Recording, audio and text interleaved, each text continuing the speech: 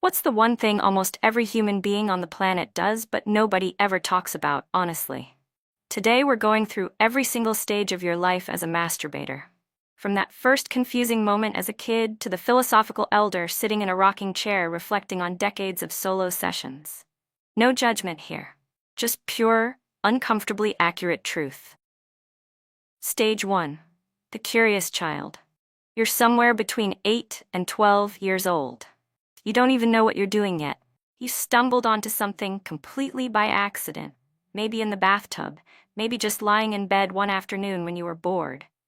There was no instruction manual. There was no explanation. Your body just did something, and your brain said, "Wait, what was that?" You do it again. Same result. You have absolutely zero context for what just happened. You're not thinking about anything. There's no imagery involved, no intention. You're basically a scientist who accidentally discovered electricity, and you keep flipping the switch just to watch the lights turn on. You don't tell anyone. You don't even have the vocabulary to tell anyone. You file it away in the back of your mind as a secret discovery that belongs entirely to you. No guilt yet. Just pure, innocent curiosity. Stage 2.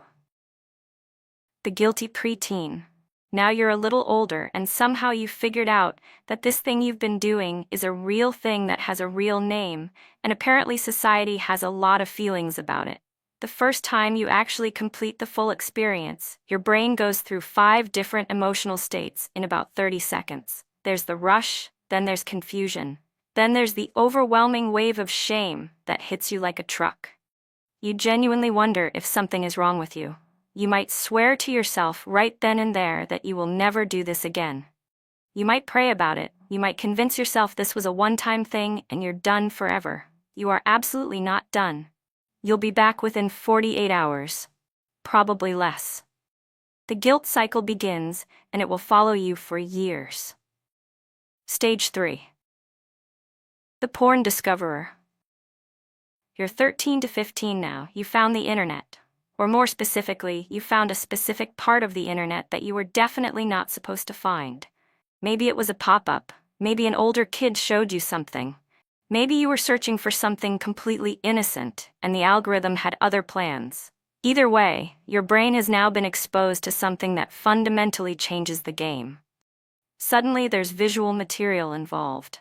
The whole operation has leveled up in a way you weren't prepared for. You become incredibly resourceful about hiding your browser history. You develop a sixth sense for the sound of footsteps on stairs. You can close a tab faster than any human being should be physically capable of. This is peak paranoid efficiency. You're 13 years old and you've developed reflexes that would impress a special forces operative. Stage 4. The daily ritual teen. Somewhere between 15 and 19, the shame hasn't disappeared, but it's been significantly outweighed by habit. This is no longer an occasional event. This is a scheduled part of your day. Morning, night, sometimes both. Occasionally a bonus round in the afternoon if the house is empty. You've developed a full routine. You have your preferred timing, your preferred location, and your preferred content categories, which are already getting more specific than they were 6 months ago. The rabbit hole of preferences has begun, and you don't fully realize yet where it leads. You think about it at school, you think about it during dinner. You mentally calculate how long until you'll have the house to yourself.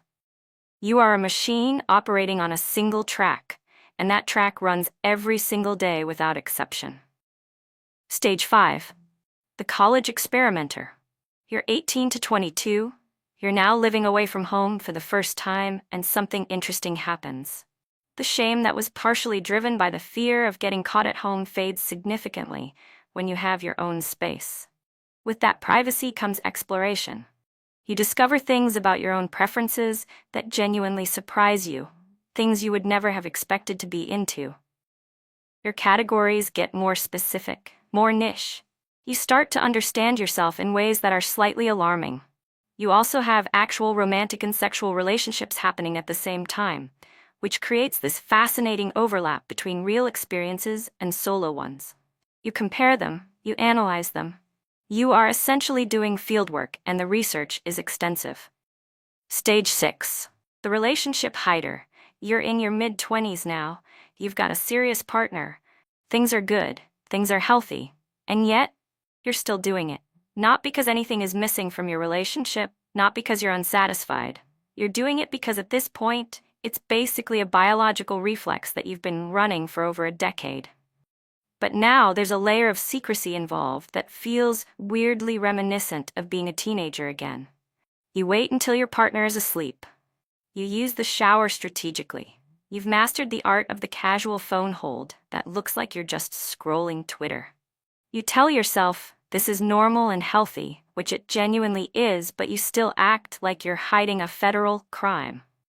The irony is your partner is probably doing the exact same thing, and you're both pretending not to know.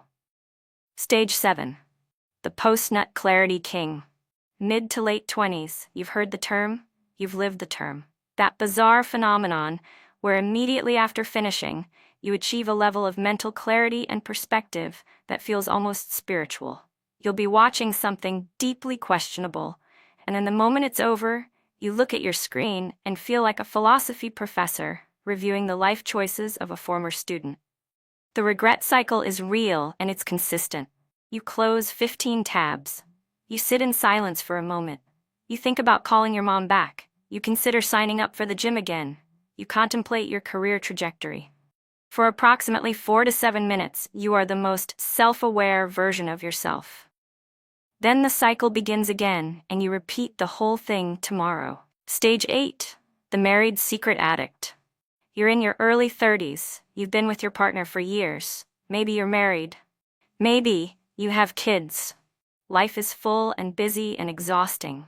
And somehow, despite all of that, despite the fact that you're genuinely tired all the time, this has not stopped.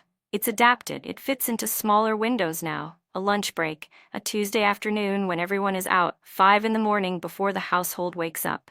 You've become extraordinarily efficient. The entire operation has been streamlined to fit the constraints of adult life. You don't feel particularly guilty about it anymore. You've made peace with it. It's just a part of who you are at this point. A deeply private, consistently maintained, completely non-negotiable part of your daily existence. Stage 9. The I'll quit tomorrow adult. You're in your mid to late 30s, and somewhere along the way you read an article, or watched a video, or went down a forum rabbit hole at midnight. And now you're convinced you might have a problem.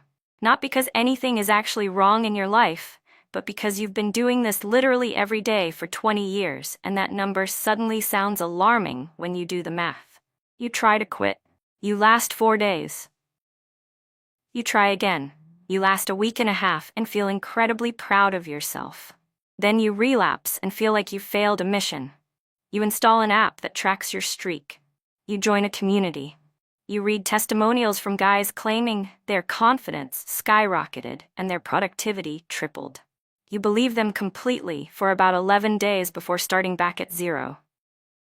The cycle continues, and tomorrow is always the day you're really going to commit. Stage 10. The peak frequency 30-something crisis. You thought your 30s would mean slowing down. You were wrong. Something about the combination of stress, routine, and having a few extra minutes to yourself has created a perfect storm. The frequency is surprisingly high. Higher than your 20s in some ways. You're not proud of it, but you're also not losing sleep over it. You've had the internal conversation with yourself. You've done the research. You know it's not hurting anyone. But there's still this background hum of existential discomfort that occasionally surfaces when you think about how much time you've collectively spent on this activity across your entire life. You don't do that math. You refuse to do that math. Some numbers are better left uncalculated. Stage 11. The burned out veteran. You're in your 40s now. Something has shifted. The urgency that used to drive you like a locomotive has quieted down considerably. It's not gone, but the frequency has naturally decreased, and honestly, you don't miss the obsessive intensity of your younger years. You're selective now. You have standards. You're not doing this out of boredom or habit or compulsion. When it happens on your terms. You've also developed a profound appreciation for quality over quantity. You look back at your teenage self running daily sessions, and you feel something between nostalgia and mild concern. You've also developed a philosophical relationship with the whole thing. It's just part of being human. You're no longer embarrassed about it. You're no longer trying to quit. You're just existing as a 40-something adult with a healthy, normal, completely unremarkable private life. Stage 12, the legendary elder. You've made it to the final stage. You're somewhere north of 60 and you've lived through every phase in this video. The confused child, the shame spiral, the daily teenage ritual, the college experimentation, the relationship hiding, the clarity cycles, the attempted quits, the peak years, the gradual decline. You've seen it all because you lived it all. And sitting here now with all that perspective, you realize something kind of beautiful. This thing that society never talks about, that people spend their entire lives whispering about and feeling vaguely ashamed of, it was just a completely normal part of being human the whole time. Every generation, every culture, every era, humans have always been humans. The technology changes, the content changes, the context changes, but the fundamental experience remains remarkably consistent across every single life.